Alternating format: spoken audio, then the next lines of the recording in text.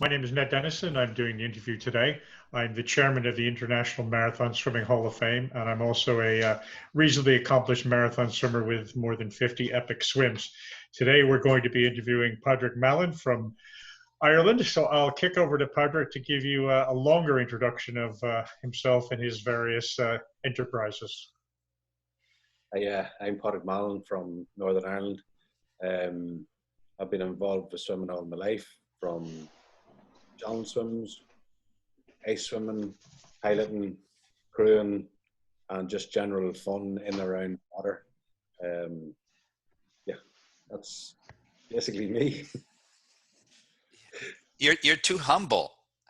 Apparently, you've done some swimming before. Tell us about your swimming. A bit.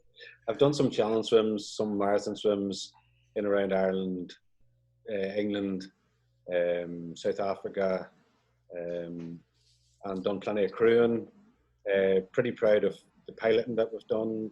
We've piloted, I think, 6 challenges at this stage, both in the Northern Hemisphere and Southern Hemisphere. We are a group of what was that number again? I'm sorry, we didn't hear that. 6 challenges.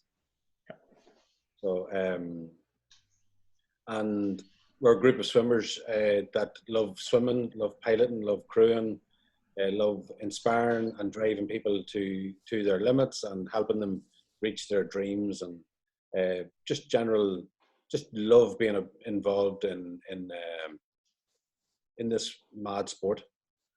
And is it true your calendar on your computer only was 1 year, so you did both the North Channel and the English Channel in the same summer? Yeah, the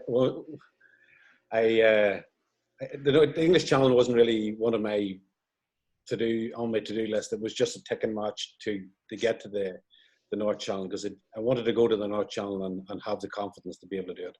So within 6 weeks of the English Channel, I luckily was successful on the North Channel. So, Padraig, you're the chairperson of the Irish Long Distance Swimming Association, which is an honor organization in the Hall of Fame.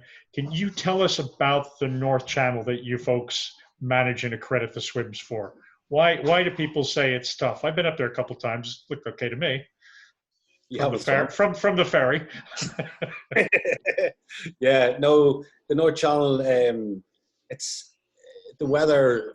Number one, the weather is unpredictable. You know, everyone knows the weather on BBC or whatever.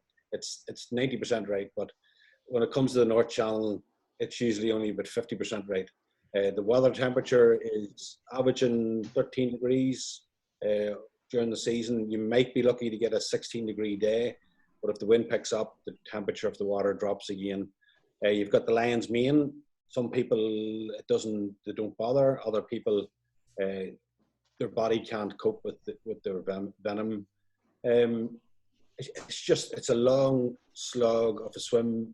On the wrong day, it can just go all wrong, and on the right day, everything just perfect. But those right days are few and far between, and you have to be on your game. It'll if you've got a clink in your armor at all, it will find it and reveal it. So it's an unforgiving stretch of water, but very, very special to anyone that lives around this part of the world. That it's the holy grail in my eyes of challenge swimming. And these lion manes are the cute little jellyfish that sometimes grow to be the size of garbage can lids, with all sorts of tentacles in colors not found in nature. And even when the tentacles break off, they can still sting you. Yeah, they're just nasty little animals that have no real use really, but other than stinging you, yeah, they're just terrible. Some people, as I say, can cope with them, but if they sting you long enough during your swim, something's going to happen to your body. Some part of your body is going to start rejecting their sting. They're not nice. They're just not nice. And this North Channel, am I correct in saying, in the first 50 years of swimming successfully, there were about 8 people that did it? And ever since Mr. Munatonis put it on the Ocean Sevens Challenge, its interest has gone up a bit? Yeah, I've been part of the Irish Long Distance for possibly 20 years in one way or another. And the North Channel, some years there was no crossings. In those 20 years, you might be lucky to get one crossing per year. And then as Stephen created the Ocean Sevens and promoted it, it has just skyrocketed. The interest in the North Channel has it's just amazing. It's tremendous to see it. So, and it's brilliant to welcome all these swimmers from all over the globe to our shores and show them the magnificent country that we have. Not just the North Channel, the North Coast, the South Coast, the East, the West. It's all got different things to offer. Beautiful country. And in the last year, you had swimmers from Australia, Turkey, a fair number of warm water locations. Yeah, so in the last few years, like there's been swimmers from virtually every continent. We've had Mexicans, Americans, South Africans, New Zealand, Indian, yeah, Spanish, lots of English, South African, you name it, Russians, almost, yeah, all over the place. It's fantastic to see them coming here to battle against the North Channel. And tell us a little bit about Infinity. I see you're sitting in front of a pool you had built a couple of years ago, and you also run a very successful cold water event up there. Yeah, so Infinity was sort of born out of challenge swimming. When I swam the English Channel and the North Channel and crewed for my sister over many years, I fell in love with, you know, the parts of the swimming that people don't think about: the crewing, the piloting, the mental side of it, the things that people sometimes don't think of, the attitude that you have on the boat or in small proximity to the people that you're trying to look after on the channel. So from our learning from challenge swimming, the English Channel, the North Channel, and crewing for lots of other people, we decided we wanted to make a hobby into a type of business. So Infinity Challenge Swimming was born from that, thanks to Brian Maharg, one of the North Channel pilots, who gave me the courage and mentored me through becoming a pilot. Infinity Challenge Swimming was born. And then from that, swimming is a key part of our community, with Camlock Lake and Carlingford Loch quite close. And we'd always been involved in community open water swimming, running events and safety, lifeguarding and being on boats and things like that. So that's always been in the background, and every summer we have a fantastic bit of fun swimming and running competitions. And through it all, the swimming pool that we're here at Infinity Swim Academy was born. It was a piece of land that my grandfather grew potatoes on and sold the potatoes in our shop. And now we have a swimming pool that is here for the community. We teach almost 2,000 children per week. We coach adults, triathletes, competition swimmers, ice swimmers, marathon swimmers. We also do coaching, remote coaching as well. And we're only the second accredited Swim Ireland facility in Ireland, the flagship Swim Ireland pool in Ireland. And the first one is the National Aquatic Centre in Dublin. So we have a very high standard on how we teach, and we're very proud of it. Our teachers and our managers and our team here are like brothers and sisters. We all work very, very well together, and we work hand in hand with Swim Ireland, which is fantastic. So we've been going quite a while, one way or another. We mightn't have been called Infinity, but from 2009, we ran the Guinness World Records here with 220 swimmers swimming for 9 days and 10 nights. And from that moment, we really built a fantastic community and foundations for swimming in our local area. And yeah, from a pool, challenge swimming, ice swimming, you name it, we love being involved in it.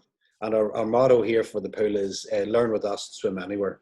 And it's quite true. We hope in years to come that the children that we have taught here to swim might take on a challenge swim or might take on an ice swim, or, you know. So that's our ambitions and dreams, and that's what we are inspiring to achieve. So I came up to your Hit the Wall event a couple of years ago. There were well in excess of 100 people. I spent an uncomfortably long period of time hiding in a porta toilet while you were doing the fire walk. Tell everybody about the event and all the nice things you do for the swimmers, and then the other sort of more mentally testing things. Yeah. So, like, going back to challenge swimming again, or even ice swimming, it's 50% of it is maybe even more is mental than the physical ability of people. Not the fastest swimmers in the world can make it across the North Channel and the English Channel with a very strong mental attitude. And that's what we try to bring to Hit the Wall. So Hit the Wall, in average, it has about 170 people per year. It's held in the last bank holiday weekend in May.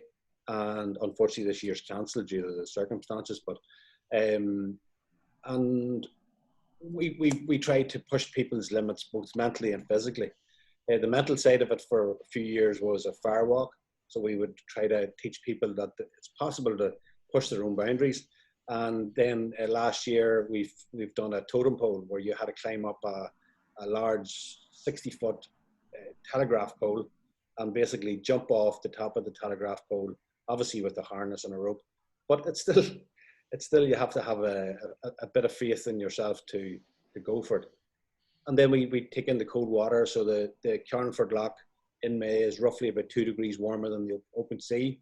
So it's in around North Channel temperatures in that part of the year. So I've got a wee buzzer here. 1 wee second, sorry. So I'll continue while he's got his buzzer. So it's about 14 degrees centigrade, and it comprises of a race the first day, then off to the lake for a night swim. There are some testing other smaller swims, and then on the last day, a lot of the people are doing 6, 8, and 10-hour swims in conditions that, at least water temperature wise, are going to be similar to the North Channel. And one of the reasons I particularly like it is that I sign a number of English Channel qualification forms. And this is somebody who's done 6 hours in 15-degree water, 16-degree water Celsius. They tend to be in Cork doing a 9-day event. So we kind of call it the last 6 hours of their English Channel swim, because by that time they're quite tired. But I see a number of people who are doing their English Channel qualifier in the calmest estuary possible, or a small pond or something where everything is familiar. And that might be good, but when you get 7, 8, 9, 10, 12, 18 hours in English Channel, life is different. So I think pushing people to 8 and 10 hours is really quite a good step forward. I wish more folks were doing it. Yeah, it's definitely the way to go, Ned, because you know, you want to test yourself as early on in the season as possible and fix any problems, any issues that you're having with feeding, with crew, with your mental attitude, with your training attitude, or with your training or physical injuries that you might be starting to spot coming along. So that gives you a bit of time. When it's in May and your challenge swims in July or August, whatever it may be, then it gives you time to sort these things out or reevaluate where you're going. If your training program is up to scratch, perfect, keep it up and good work. If it isn't, then you need to go back to your homework and start looking at it again. So, and you're right, you have to train harder than your physical day, your day is going to be on the channel. And on the English Channel and North Channel, you might get the best weather forecast and your pilot will say this is going to be a class day out. and you go halfway across, and all hell breaks loose. That's just what you have to deal with. So on your 6, 8 hour or 10-hour swim, we try to fire everything at you, like you do in court distance week, and make it as difficult as possible, and try to break you in a not injure you, but try to push you mentally, and try to see where your weaknesses are, and then feed them back to you at the end of your 10 or 8 hour or 6 hour swim. So we used to do 4 hours, but 4 hours, we've pulled 4 hours now because they're just not long enough. Even for a relay swimmer, I think that if you can go through a 6 hour swim, you're certainly ready to rock and roll for a relay swim. It's not essential a 6 hour swim, but if you're doing a challenge, 8 to 10 hours is definitely a good number. You get to know yourself even better. You get to know your weaknesses and strengths, and we can certainly bring that out in you on those longer swims. We love to see our North Challenge swimmers coming to us on those longer swims. We know exactly where they are then. We have confidence on the day where we need to bring them, what type of swim they're going to have, what course that we can pilot across the North Channel, how direct a crossing we can make is dependent on how confident we are with that particular swimmer. If we aren't confident with a swimmer, we'll take them on a less chancey route where it gives them a bit of leeway. If anything does go wrong, then there's a bit of something in the basket type of thing, so we can veer off course slightly. So it gives us a lot of confidence to have our swimmers there on the North Channel. It is. It is one of the things that's changed a lot in the last few years. Going back 20 years ago, people decided in October they were going to swim the English Channel the next summer. They did their training, they got their physical, they did their 6 hours, and a month later, 2 months later, they were in the water. What's happening now, for all sorts of reasons, is that people are typically starting 2, 3, 4 years ahead of time. The pilot bookings are hard to come by, so there's a reason to book early. And one of the things that really shocks people when they come to me is they say, well, I'm planning the channel in, say, 3 years. I advise them the first thing to do is go to the doctor and get the physical signed off. And they say, why?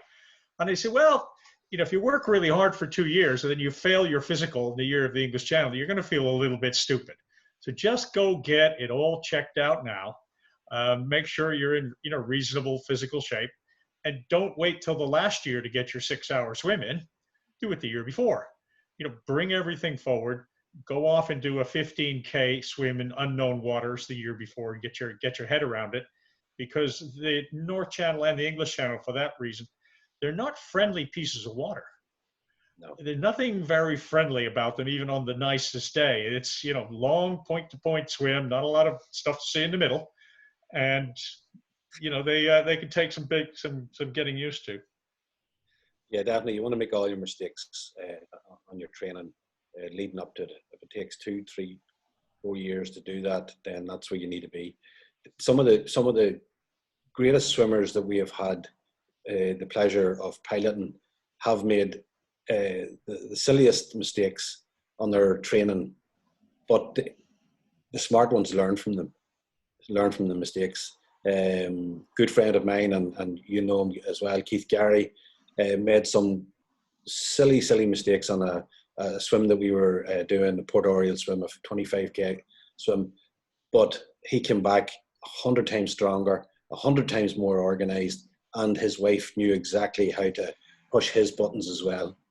So yeah, make all your mistakes on the lead up to it.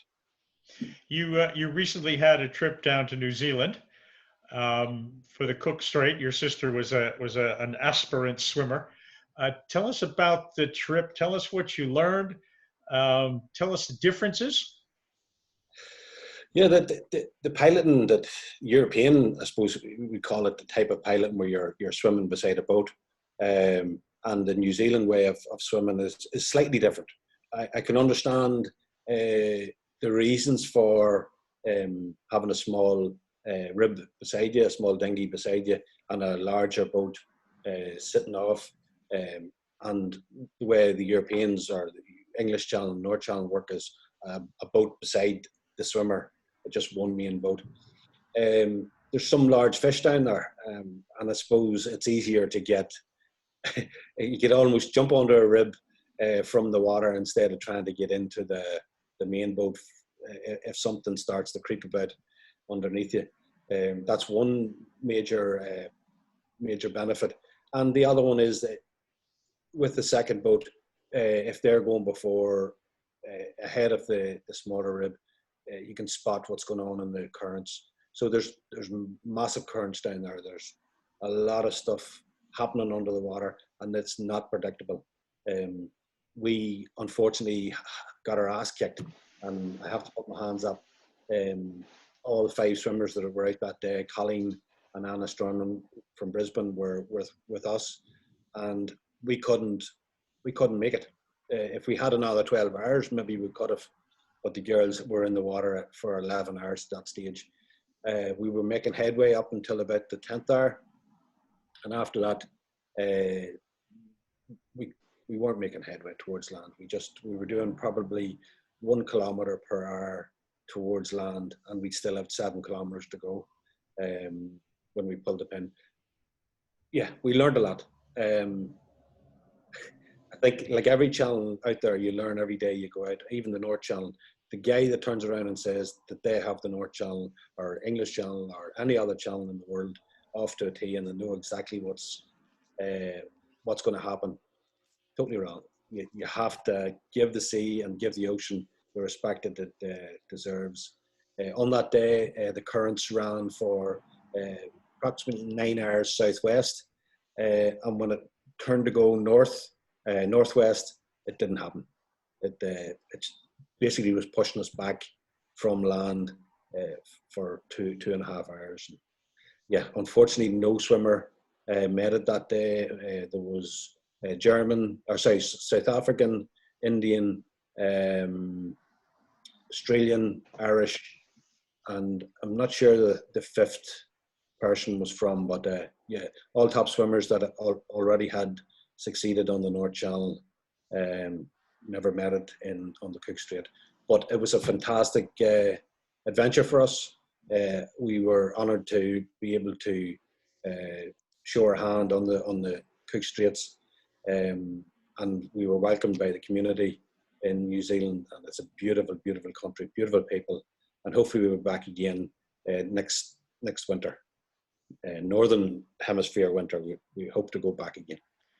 I think one of the things for the listeners to understand is that when you do something like the Catalina Channel, 9 bookings out of 10 or more, you show up at 9 o'clock on the day you picked, you get on the boat, you motor out to the island, you're in the water by midnight, and you swim in. The wind picks up if you've taken a certain amount of time.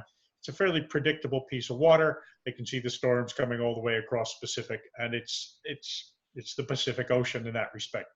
When you go to the English Channel, you don't pick a day, you pick a slot, and it's typically a neap tide.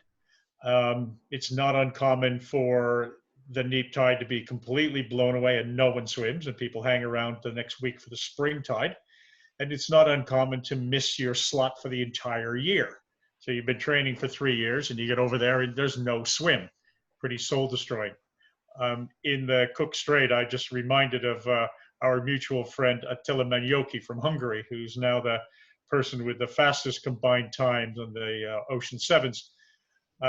Attila went down there and he waited 5 weeks in New Zealand for his swim. Yeah. So that gives you some idea of the conditions and the predictability. And then now Attila's big goal in life is to become a Triple Crown swimmer, so the rest of us will speak to him. And his New York swim is now canceled because of the coronavirus. So, poor Attila has seen his few challenges in his scheduling.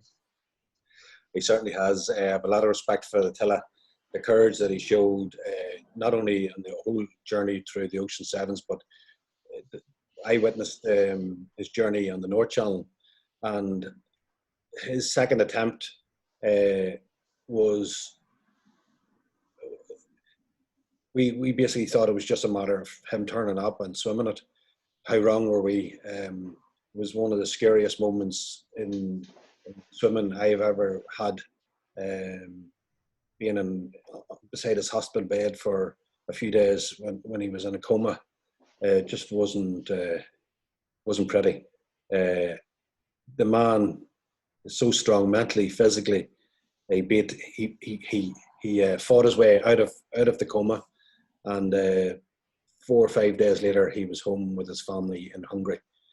We've got I believe we have a very special relationship together, the two of us. And when he succeeded on the North Channel, it was one of my highlights of my challenge swimming and pilots swimming or piloting career so far. Is it true he went back to the hospital after succeeding to thank them from a vertical position? Yes, he did, and it made headline news here. You know, it takes some courage to be able to come back the third time after 2 visits to the hospital, life-threatening scenarios that he was in. It just shows you the people that's in this sport, the courage that they have is. I don't know if there's another sport in the world quite just like this. Just an unbelievable type of guy. So he is. There's some the talk of the sport are the group of swimmers up in Donaghadee, which is the incredibly small little port/stroke beach where people are typically setting off. And this group is called the Chunky Dunkers. Tell us a little bit about them and why everybody says they're so wonderful. Yeah, they're just a beautiful community of people of all makes, models, and sizes, all genders, that are in a small village on the corner of Belfast, in the corner of Northern Ireland, that just love the ocean. They don't particularly swim very far distances, but they've got a community of inspiring people that have been through the mill. One way or another, they've all been through the mill, and they recognise the beauty of the sea and what it does for their mental and physical health. And they take every single swimmer under their wing that comes from all over the globe. And I think that's really, really important. I don't live so close to the North Channel, maybe an hour and a half by drive from it. So it's hard for us to be that guiding light, I suppose, for all the swimmers that come to the North Channel. But these guys, they're not challenge swimmers, and some of them may attempt it in the future, but they just want to show the community that they have to a global audience, and they really do a good job. They have got a special place in the hearts of all challenge swimmers, and you can see that from the posts that all the challenge swimmers throughout the globe post about the Chunky Dunkers. So they're an amazing group of people. So I call that the before the swim activity, which is you've traveled halfway around the world or all the way around the world. You've come to a small place in the middle of nowhere. You're getting acclimatized to the water that's a little bit colder than you're probably used to. You're being reintroduced to some jellyfish that are larger than your average garbage can top. And all of a sudden there's 10 friendly people who welcome you, say hello, tell you where they think the best coffee is in town. And you go from being kind of alone, perhaps with 1 or 2 crew, to being part of something. It takes the edge off some of the nervousness, and it gives you a warm feeling before you start.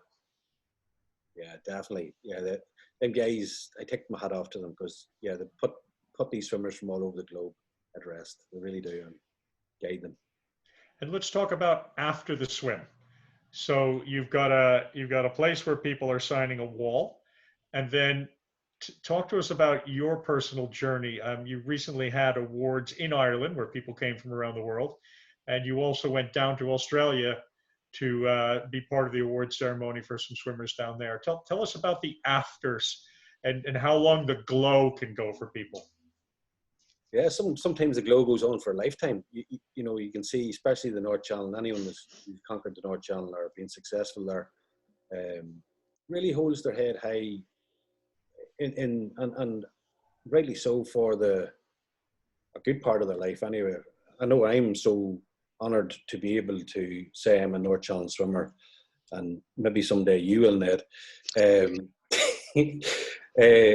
No, I was invited to the Australian award ceremony, and I felt, because we had so many Australians over the past 5-6 years who came to the show in the North Channel and swam with us, I thought it was only but fitting that I would make the journey to South Africa, Brisbane, and join their community.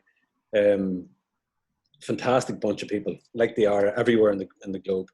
We had a great party, and we awarded their medals and certificates. But I think most importantly, we awarded the swim hat. So it has their particular number, what swimmer they were on the North Channel. And the North Channel is still in its infancy, not like the English Channel. There's still under 100 swimmers who have succeeded, possibly 83, I think is the right number.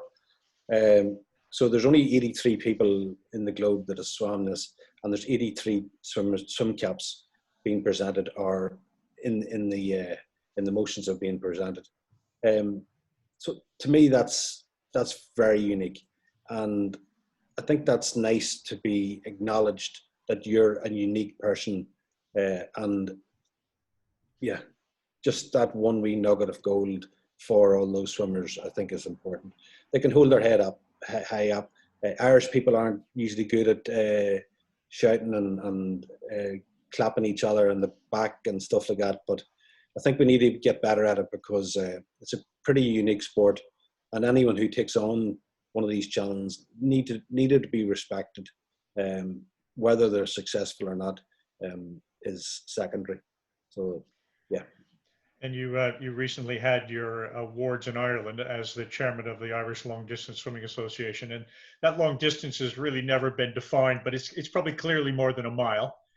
And I was pleased to be part of that whole day. And a couple of moments for me is the scene where you had about 10 North Channel swimmers all standing there holding their numbered cap proudly.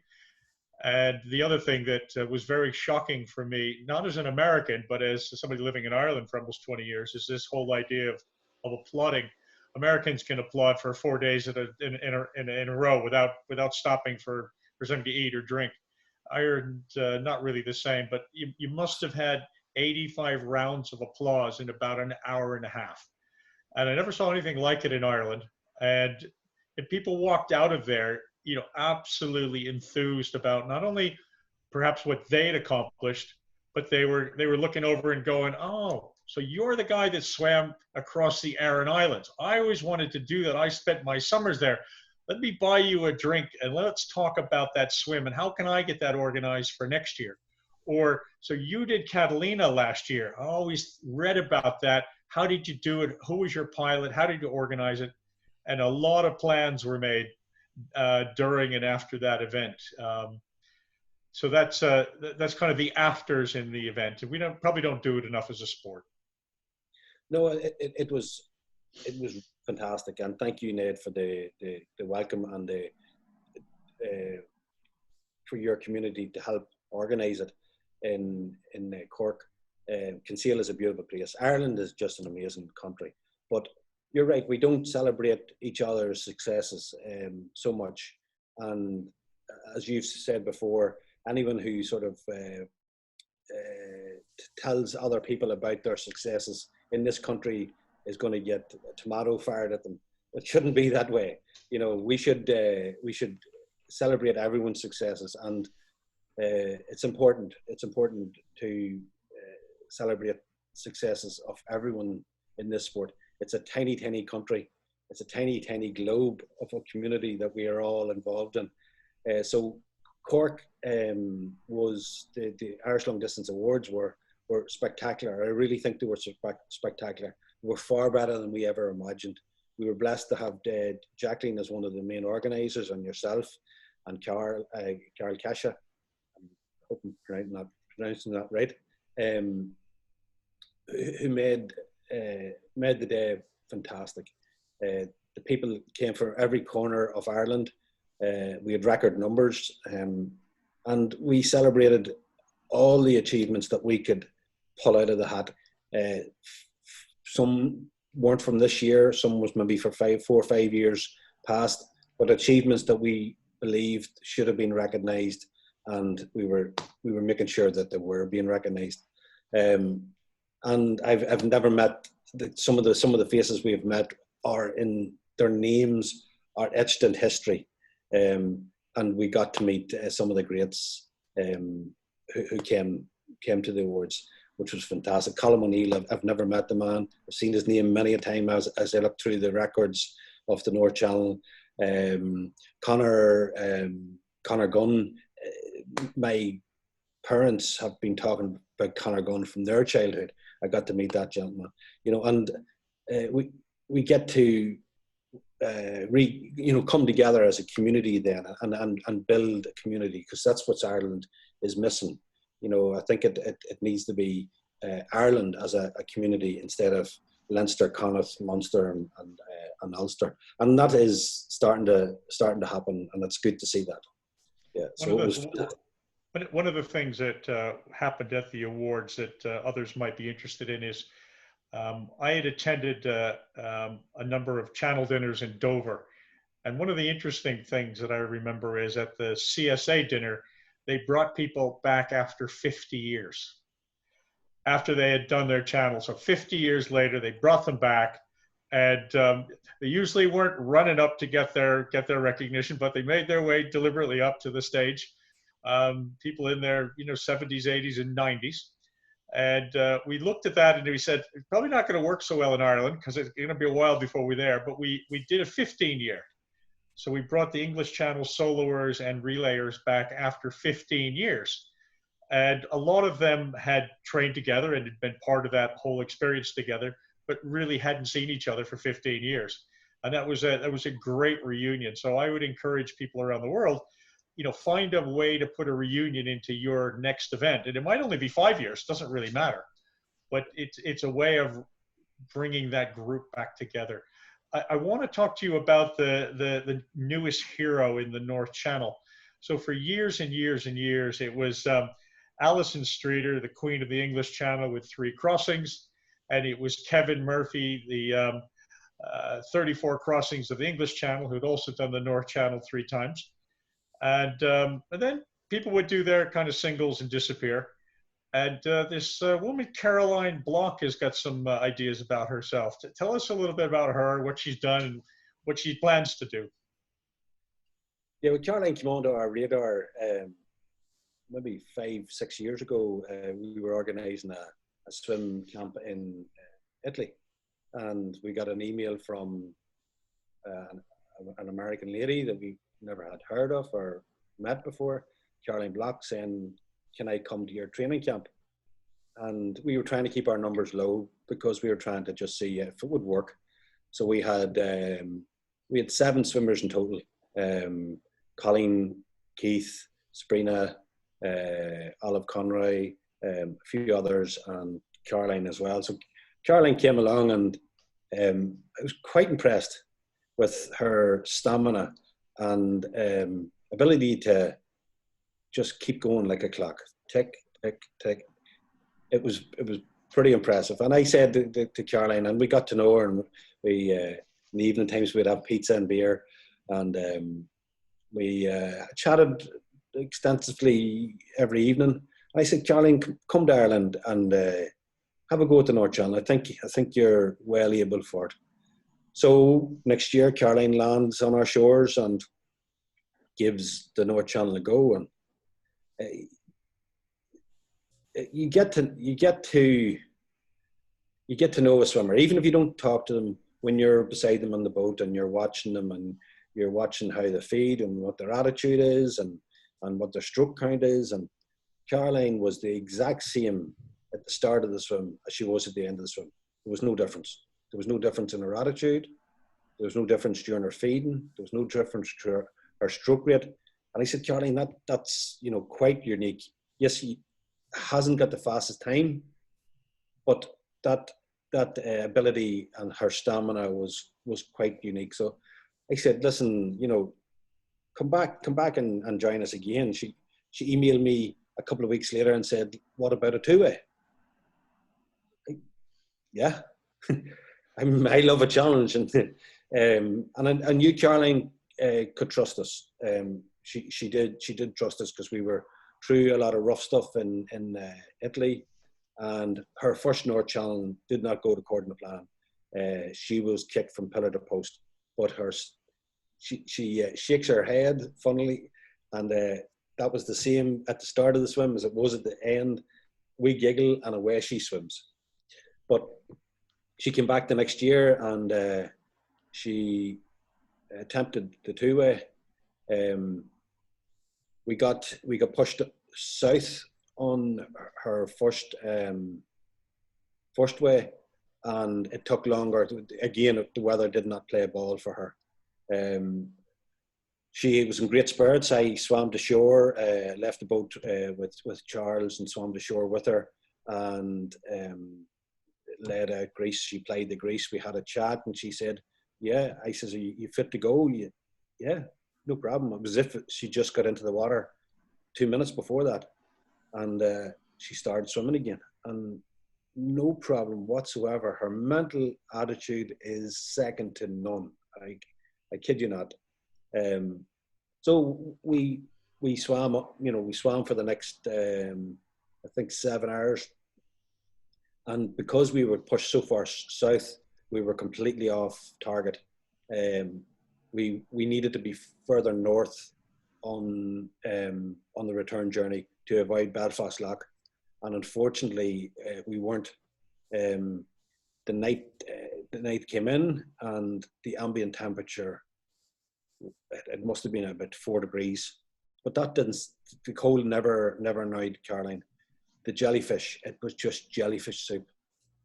You couldn't see the water for jellyfish.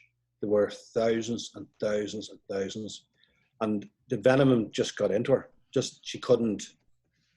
She felt freezing because of the venom in her bloodstream, and she started to feel the cold. But it wasn't the cold. It was her body starting to react to the jellyfish stings, and there was no way we were going to keep her in there for possibly another 6 hours. And she would have swum it, but possibly another 6 hours in those infested waters. So we took her out of the water, and she wasn't in good shape, and she didn't want to leave the water, and she was quite upset about it. But as we talked in the next morning, it was the right decision to make. It certainly was. She was upset, and she you could see it really tore her inside apart, not succeeding the first time. And then we had another go at the two-way.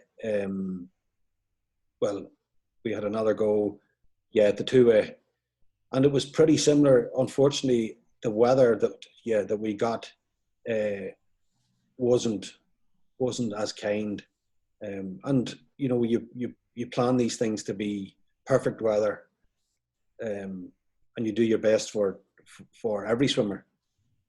But the weather here is so fickle that it really is the Achilles heels for most swimmers. Caroline got bounced around the place for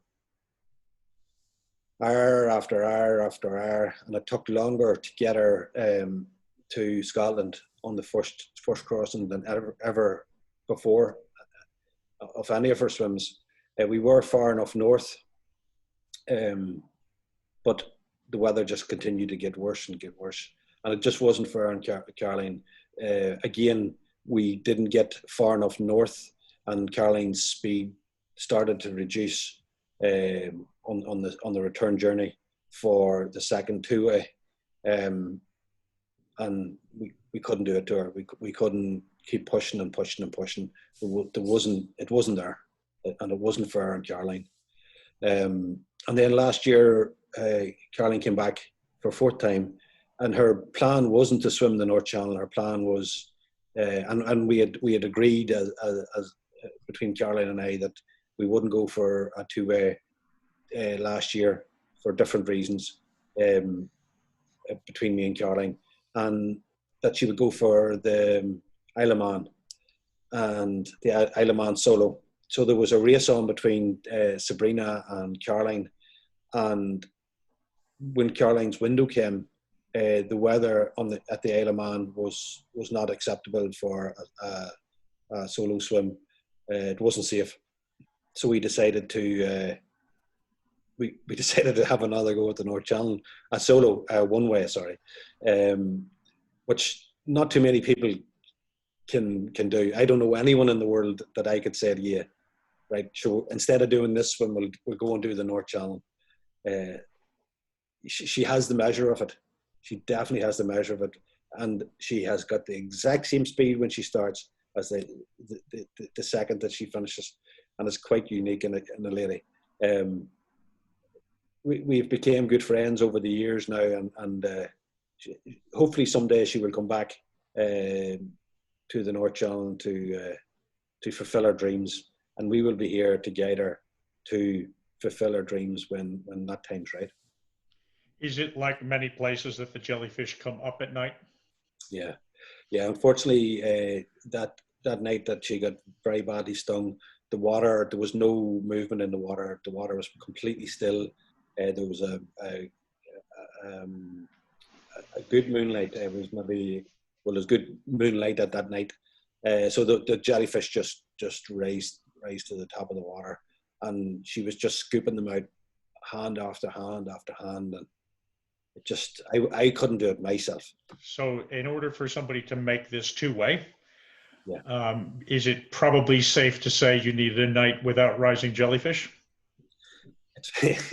Yeah, it is possible, but I think we're constantly learning about the North Channel. And remember the two-way, we were told we were crackers when we first said we would do a two-way. Never mind a relay, a two-way solo. So we have changed the mindsets of different people around the community, and we're never. What we have learned yesterday is not what we're going to use. We're always learning on the North Channel and every channel and every piece of water, and looking for different ways of different angles and testing different things. So we're going to test a different model this year, if we're allowed to swim in the North Channel, that is, from what we've done before. So we've got a couple of different scenarios, and we've got a guy helping us out behind the scenes on digital models on what happens in the North Channel, because there is very little information, digital information, on what happens in the North Channel. A lot of it's hearsay and fishermen, and there's very little information like they have on the west coast of America. It's fantastic what those guys have over there with radar on the currents. So yeah, this year we'll tell the tale. I think this year we're going to have a successful two-way North Channel. We've got a couple of test swims before that all happens, and we're going to do it totally different from previous times. Well, you might want to have a conversation with IMSHOF honoree Dr. Tim Johnson, PhD, PE. He's got several titles. He one of the reasons he's in the Hall of Fame is he did the digital modeling on swimming around Manhattan. And Steve will know that about 2 years ago, we inducted a lady, Ida Elowinski, who was the first woman to swim around Manhattan. And her story was very convoluted. This was back before the kind of rigorous witnessing, but there was a press boat that followed her around, and she swam alongside of her brother, who was handcuffed. He was a professional stunt swimmer, and it all kind of sounded a bit crazy. Steve Munatonis picked it up and said, you know, there's something here. And her granddaughter came up with all of the records and all of the press reports from the days, which started to give us a little more confidence. And then one of the things that put us over the edge was having Dr. Johnson actually look back at the tidal conditions 100 years ago and said, yeah, if she started at that place and it took this amount of time, that's consistent with a good tide. But as you say, he would have had a lot more information to deal with. I know a couple of my swims in Ireland, you kind of said, you know, well, what are the water conditions? You know, what's the surface movement? And you got a couple of guys with motorboats that say, yeah, it gets messy, is their word. The kayakers tell you they don't go out on those days. And when you're the first swimmer trying to do a double, you're going to get a few lessons. Yeah. Yeah, definitely. If you're the first swimmer or first pilot to be involved in a new or different direction, a different route on a channel, then you need to be able to dig in and go longer and harder than very many other people have done in the past, and learn from the mistakes that you're going to make. Our crew we take all our own notes when we're out in the boats, and we do a lot of we take a lot of notes, and we look back at them. In the wintertime, we would, you know, look back on different swims that we've done and why did that happen and why did this happen, and try to understand it a wee bit better. I don't believe you'll ever know it, no matter how many digital models we will have in the future of any channel, but you'll get a better sense of it.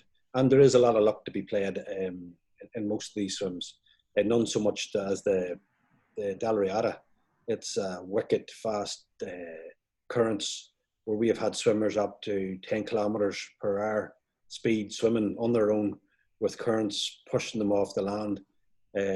But it took us many attempts to get that almost right, and a lot of long chats with Wayne Suter, and that type of thing. That's what drives me in the sport. That's what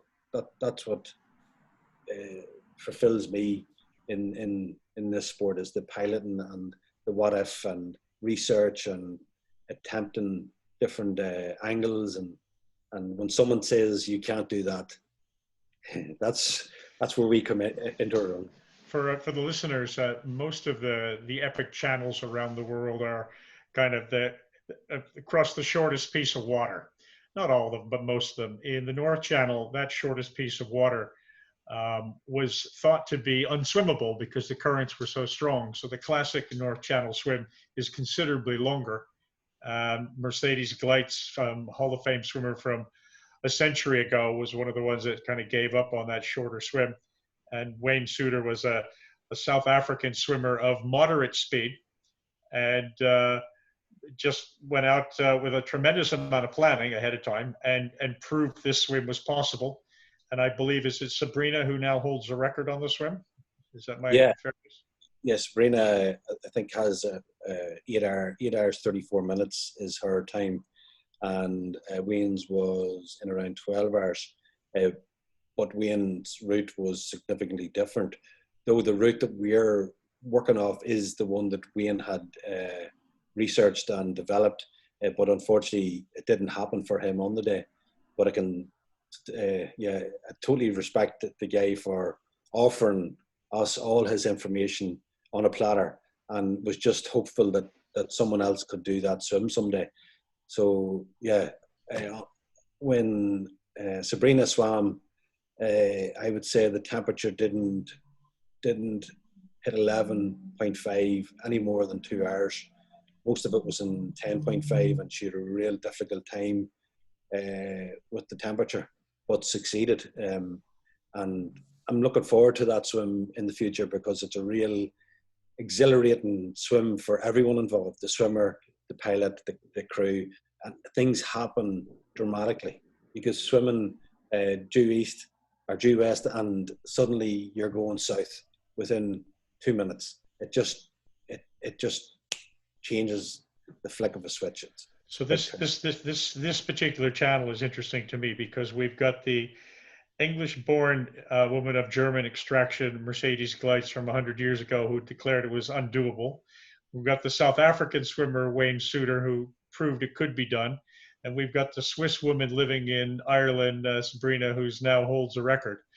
And it's all in this place in the middle of nowhere in Ireland, in the middle of nowhere in Scotland, that these three have marked the history.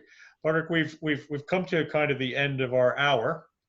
The last question for you is, with the coronavirus and the situation, what needs to happen for you to take your first swimmer out this year in the North Channel? First of all, it would need to be not given permission, but the government needs to say this is safe to now go into circulation as normal. If it's also safe for the swimmer coming to the shore, because 90% of the swimmers are coming from outside Europe, they're coming from all over the globe. It needs to be safe for them, for them to travel to our shores, and practical. It may not be practical. A lot of swimmers are not getting any training, and it may be different. I know some swimmers are training in Sydney. They may not be allowed to. Smarty went for a spin and swim. Talking about him, yeah. So I know June and July has now been wiped out for us. So all our swims have been pushed back. Anyone who wants to be transferred to 21, we're transferring them. Any relay slots that are taking up 2021 slots are being asked to move to 2022 to leave room for solo swimmers. We're going to work with everyone. We have to be flexible. It's the swimmer that's given their time for training and putting their life on hold. So if they can't train properly, there's no point us saying to them, no, you have to come this year.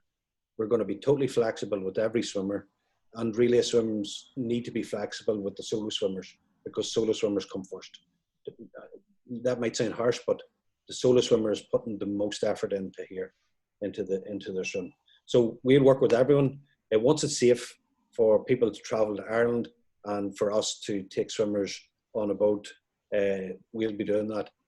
If not, it'll be 2021, and we're looking forward to a fantastic year back on the North Channel, meeting all these amazing swimmers from all over the globe.